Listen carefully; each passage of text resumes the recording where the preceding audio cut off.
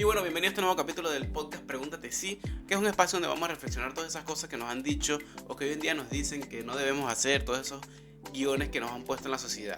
Y hoy el día de hoy vamos a hablar de un tema bastante importante, me parece bastante importante más que todo para la salud mental, que es el tema de la felicidad eterna.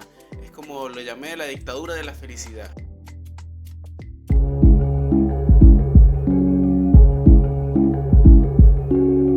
Vivimos una época donde no se puede mostrar tristeza, no se puede mostrar dolor, no se puede mostrar frustración, no se puede mostrar todas esas cosas que realmente sentimos como seres humanos porque es normal.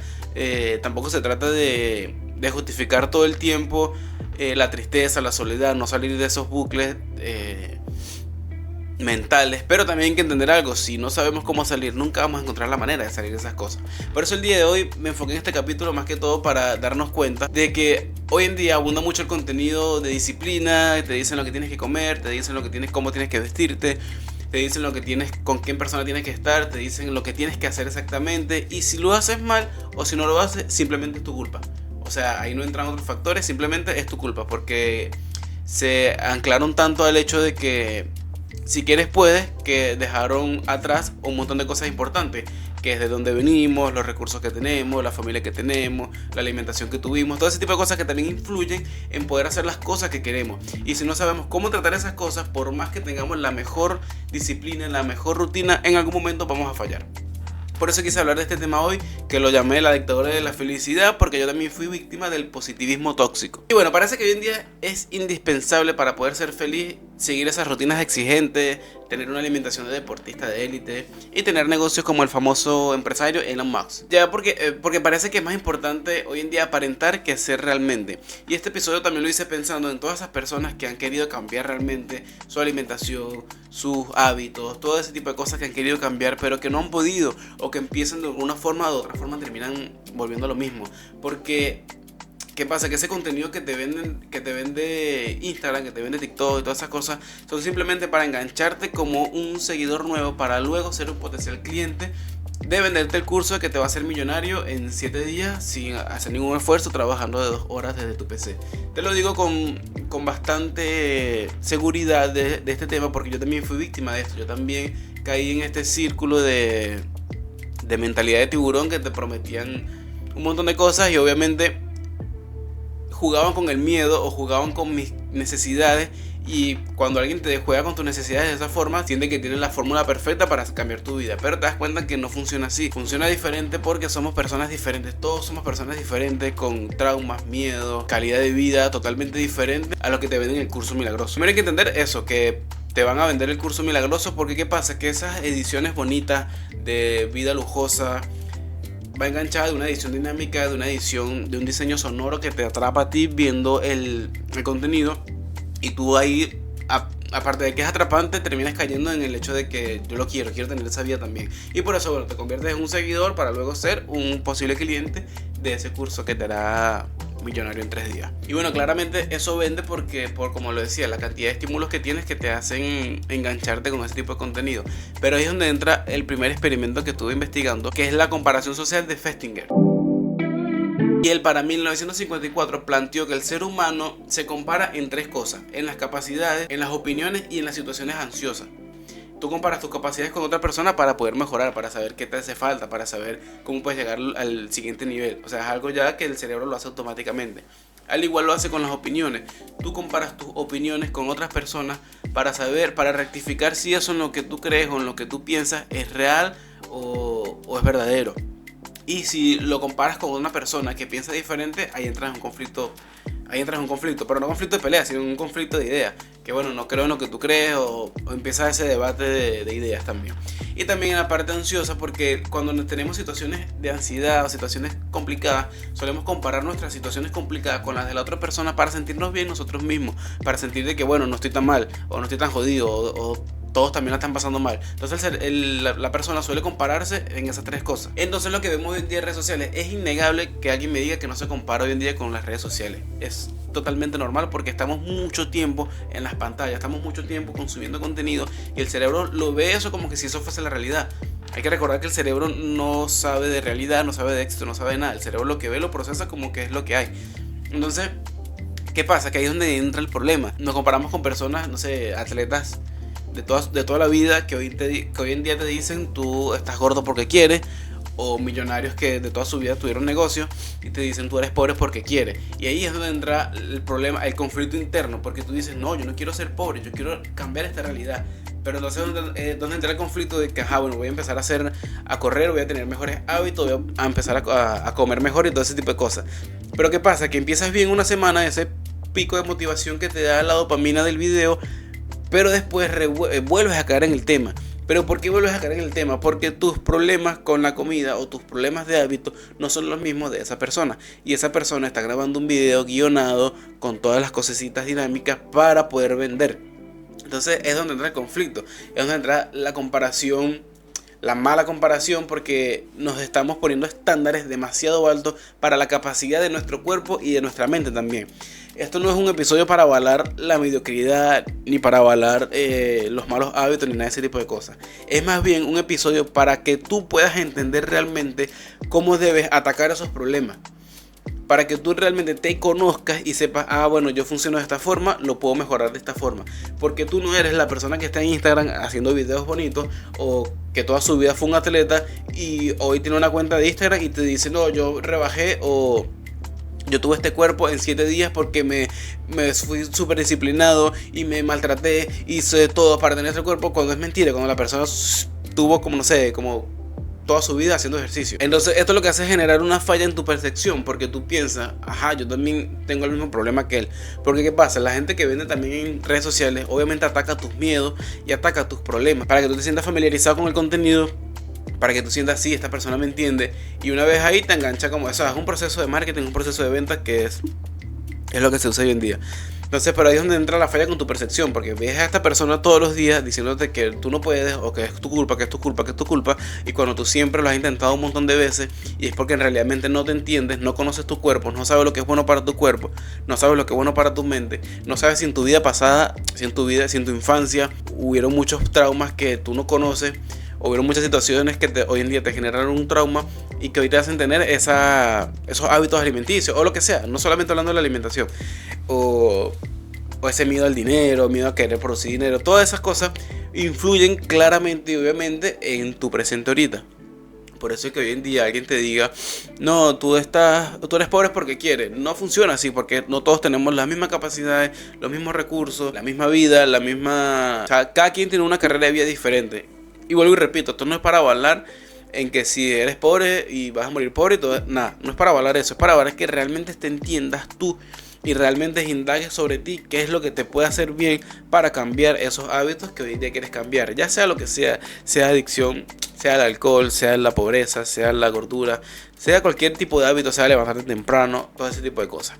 Porque ¿qué pasa? Que hoy en día también venden mucho el levantarse temprano, tienes que levantarte a las 5 de la mañana. Igual vendieron un libro que es muy bueno, yo lo leí, que es el Club de las 5 de la mañana. Es muy bueno, es muy interesante. Y sí, levantarse muy temprano hace que aproveches bastante tu día, porque haces actividades que de repente no puedes hacer en el día porque estás trabajando. De repente, no sé, te puedes meditar, puedes hacer ejercicio en esa hora donde como que el mundo está apagado. Pero ¿qué pasa? ¿Qué pasa si eres una persona que trabajas todo el día, estudias todo el día y llegas a tu casa y te acuestas a la 1 de la mañana? Si te acuestas a la 1 de la mañana, es imposible, casi que imposible levantarse a las 5 de la mañana cuando tu cuerpo va a tener solamente 4 horas de descanso. Entonces, tu cuerpo con 4 horas de descanso obviamente no va a funcionar bien. Sí, de repente el primer día te lo aguantas, te lo bancas, pero no va a funcionar bien. Entonces, ¿qué pasa? Ahí es donde entra el otro tema de los otros contenidos que te dicen, no, tienes que dormir 8 horas. Pero ¿cómo duermo 8 horas si tengo que trabajar esto, tengo que estudiar esto, llego a mi casa tan tarde? ¿Cómo hago para hacer? ¿Me entiendes? Entonces, donde viene esa comparación, y es donde ahí empieza a fallar tu percepción y fallas tú también, porque tú dices, ¿cómo hago con todo esto? Pero no se trata de eso, no solamente porque una persona de Instagram, de cualquier red social, te diga que te tienes que parar obligatoriamente a las 5 de la mañana, no lo tienes que hacer. No es obligatorio hacerlo si no lo puedes hacer. Si tú en realidad tienes la capacidad y el tiempo y quieres mejorar eso porque te quieres aprovechar más el día, pero bueno, tu día se termina a las 7 de la noche y quieres levantarte un poco más temprano, perfecto. Inténtalo, esfuérzate y velo haciendo paso a paso para que te vayas adaptando. Pero si eres una persona que trabaja todo el día, que trabaja 12 horas y aparte estudia, ¿cómo va a ser tu cuerpo para soportar todo eso? Entonces ahí es donde entra el fallo de la percepción, como lo vengo diciendo, es donde entra el problema de que nos comparamos con personas que nos están vendiendo puro humo, que realmente lo que venden es un estilo de vida porque sí, se ve bonito. Y obviamente nosotros compartimos eso, el algoritmo sabe que eso es bueno, supuestamente, y esa persona tiene o más clientes o más seguidores. Por acá en la descripción del video te voy a dejar el link de donde saqué esto, que lo saqué de la página de Psicología y Mente, que es una página muy buena es donde yo investigo todo este tipo de cosas sobre la mente, sobre los sesgos cognitivos y todas esas cosas. Entonces también hay un sesgo, o sea, lo encontré así como sesgo de supervivencia, que me gustó bastante porque encima la comparación que le hacen a eso, o la historia que le ponen a ese experimento, fue algo de que pasó en la Segunda Guerra Mundial. Hubo un matemático que se llamaba Abraham Wald. El matemático, ¿qué hizo? Cuando venían los aviones del combate, de los bombarderos que venían de regreso, obviamente ellos reforzaban la parte del motor y la parte más sensible. Pero ¿qué decía esta persona? Que era algo lógico. Porque ¿qué pasa? Los aviones que regresaban fueron los que soportaron o los que no tuvieron impactos de balas en los aviones o en las alas, obviamente. Entonces por eso él dijo, vamos a reforzar esas zonas donde no recibieron impacto. Porque claramente las que reciben el impacto en el motor y en las alas y en esas zonas más sensibles del avión, obviamente se van a destruir, no hay cosas que le ponga. Por eso pensó, bueno, vamos a ponerle a las zonas más sensibles, en las que no reciben impactos, para que aguanten más y la tripulación pueda aguantar más. Porque obviamente si te da un disparo, un motor, fue el avión que no regresó. Entonces, ¿cómo lo comparamos esto con ese positivismo tóxico? De que hay, o sea, somos demasiado en el mundo y hay demasiada cantidad de personas en el mundo como para pensar que tú eres el único que estás fallando, que tú eres el único que has fracasado. Obviamente el que te vende el curso milagroso no está tomando en cuenta o no está poniendo como en su speech, en su diálogo, en su guión, lo que quiera decirlo, la cantidad de personas que lo han intentado realmente, que no han podido porque no se conocen, no se les da la situación, viven en un país muy pobre. O sea, cualquier cantidad de cosas que pueden pasarle a esa persona, que fueron esos aviones que no pudieron regresar. O sea, esa cantidad de personas que lo intentó y no pudieron. O sea, esos gurús son las personas como los aviones que pudieron regresar. Pues son los que te dicen, si quieres puedes. Claro que sí, solamente tienes que intentarlo. No puedes decaer de la disciplina, todo ese tipo de cosas. Pero ¿cuántos fueron las personas que lo intentaron y no pudieron regresar?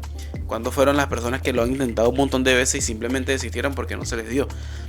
Porque simplemente no tenían la guía real para poder combatir o tratar o gestionar esas emociones que no le permitían en su momento. Entonces, ¿qué pasa? Que el positivismo tóxico lo que hace es negar lo que es la realidad, la economía, la biología, o sea, la suerte también. Entonces, ¿qué pasa? Si tú naces una persona en Siria, supongamos que es un país que siempre está en constantes conflictos bélicos, y quiere salir adelante, quiere tener un negocio, pero ¿cómo hace esa persona, ese niño que no tiene casa, no tiene mamá, no tiene familia, porque todo lo perdió? Entonces no es que no quiere, no es que no puedes, o sea, simplemente no es que no quiere, simplemente la situación no le da para él poder hacerlo. Quizás son comparaciones un poco extremas, pero llevarlo más a un sitio, a una persona que vive en un país normal, sin ningún tipo de guerra y nada de esas cosas, también le influyen las cosas de que no tiene el poder adquisitivo, tiene que salir a trabajar porque su familia es lo suficientemente, porque su familia es muy pobre y tiene que ayudarse en su casa. O sea, hay un montón de factores que el positivismo tóxico no te dice que existen.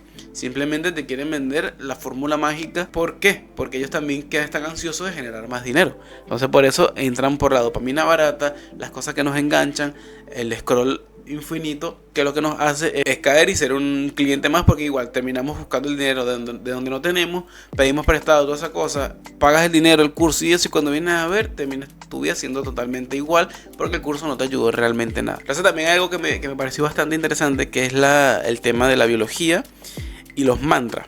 ¿Qué pasa? Hay un montón de situaciones que a nosotros nos pasan en el día a día o en la vida que es normal, somos seres humanos y vamos a estar constantemente viviendo situaciones que pueden ser difíciles, pueden ser fáciles. Entonces, ¿qué pasa cuando nos vemos en una situación complicada? Por ejemplo, nos botaron de trabajo, tengo 3 meses sin empleo, tengo que pagar alquiler, tengo que pagar las cuentas y no consigo nada.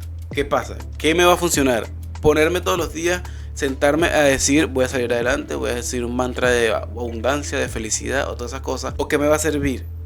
Procesar ese estrés, procesar esa emoción de tristeza, de angustia, que el cerebro la procese, que el cerebro la trabaje, que yo la pueda sacar a flote y después de ahí, cuando tenga esa emoción ya procesada, poderla trabajar para poder buscar una solución práctica para mi problema. Porque ¿qué pasa? El optimismo realista es una estrategia para resolver problemas, pero el positivismo tóxico es simplemente una estrategia para evitar el problema, o para evitar la situación que estás pasando, para negarla básicamente.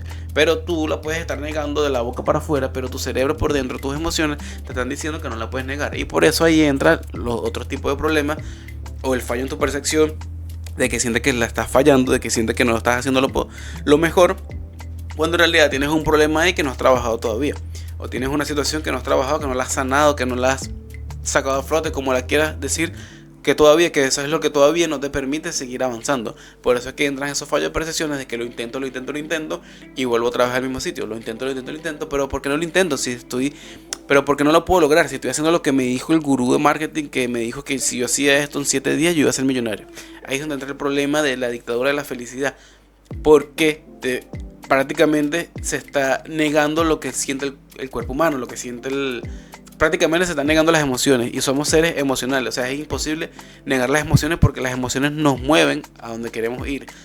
¿Qué pasa? Que lo que hay es que trabajar esas emociones totalmente diferentes cada persona, encontrar una solución diferente obviamente a los problemas. Que sí, que de repente hay soluciones generales que te pueden ayudar, sí, pero si tu situación es muy puntual, tienes que buscar la ayuda necesaria para que puedas salir de esa situación y puedas cambiar realmente ese hábito que no te permite cambiar. Entonces, bueno, para ir cerrando todo este tema, que me gusta bastante, me gusta hablarlo bastante, porque fue algo que yo también viví, que yo también pasé mucho tiempo por ahí. Eso me hizo un montón hacerme sentir menos persona, hacerme sentir que yo no podía, que yo era un inútil, un estúpido, que yo no... Nada, un montón de cosas.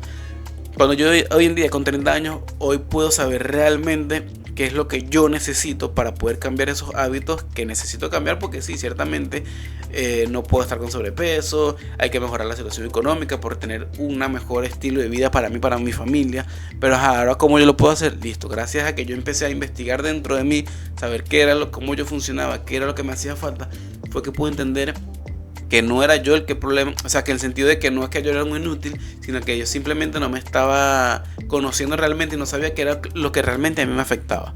Por eso con este episodio lo que quise fue transmitir esto, de que las personas entiendan de que no es que lo están haciendo mal, de que no es que son unos inútiles, de que no sirven para nada, sino que entiendan de que todos somos diferentes y que todos tenemos situaciones diferentes, que la mejor forma de tú poder cambiar tus hábitos, que la mejor forma de tú poder tener una vida diferente es sabiendo qué realmente necesita tu cuerpo y qué realmente necesitas tú. Porque sí, el de Instagram te va a decir un montón de cosas, pero el de Instagram no te conoce, es una persona que grabó un video y lo soltó y te cayó a ti que ni siquiera sabes quién eres. Entonces, lo importante es eso, y saber que somos seres emocionales, saber que somos personas que, bueno, nos vamos a sentir tristes, nos vamos a sentir enojados, nos vamos a sentir alegres, pero lo que no se quiere, o lo que no se trata es que si estás triste vayas a vivir triste toda tu vida, pero si estás triste busque la forma de solucionar esa tristeza o ese dolor que no te está dejando. Hoy lo que te quiero decir con esto es que no sientas que estés mal, que no te sientas mal contigo mismo porque no has podido lograr lo que quieres, que entiendas que hay un montón de personas que lo lograron a los 50, a los 60, a los 80, que no importa eso, no importa la edad, que simplemente intentes conocerte cada día más para que sepas qué realmente necesita tu cuerpo, qué realmente necesitas tú, qué realmente necesita tu alma, como lo quieras llamar.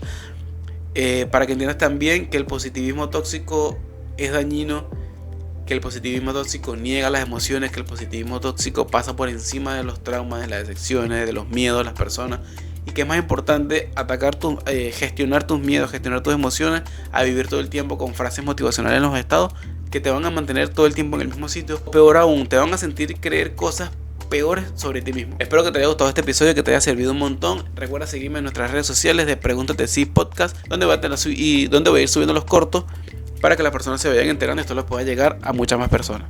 Nos vemos en otro episodio.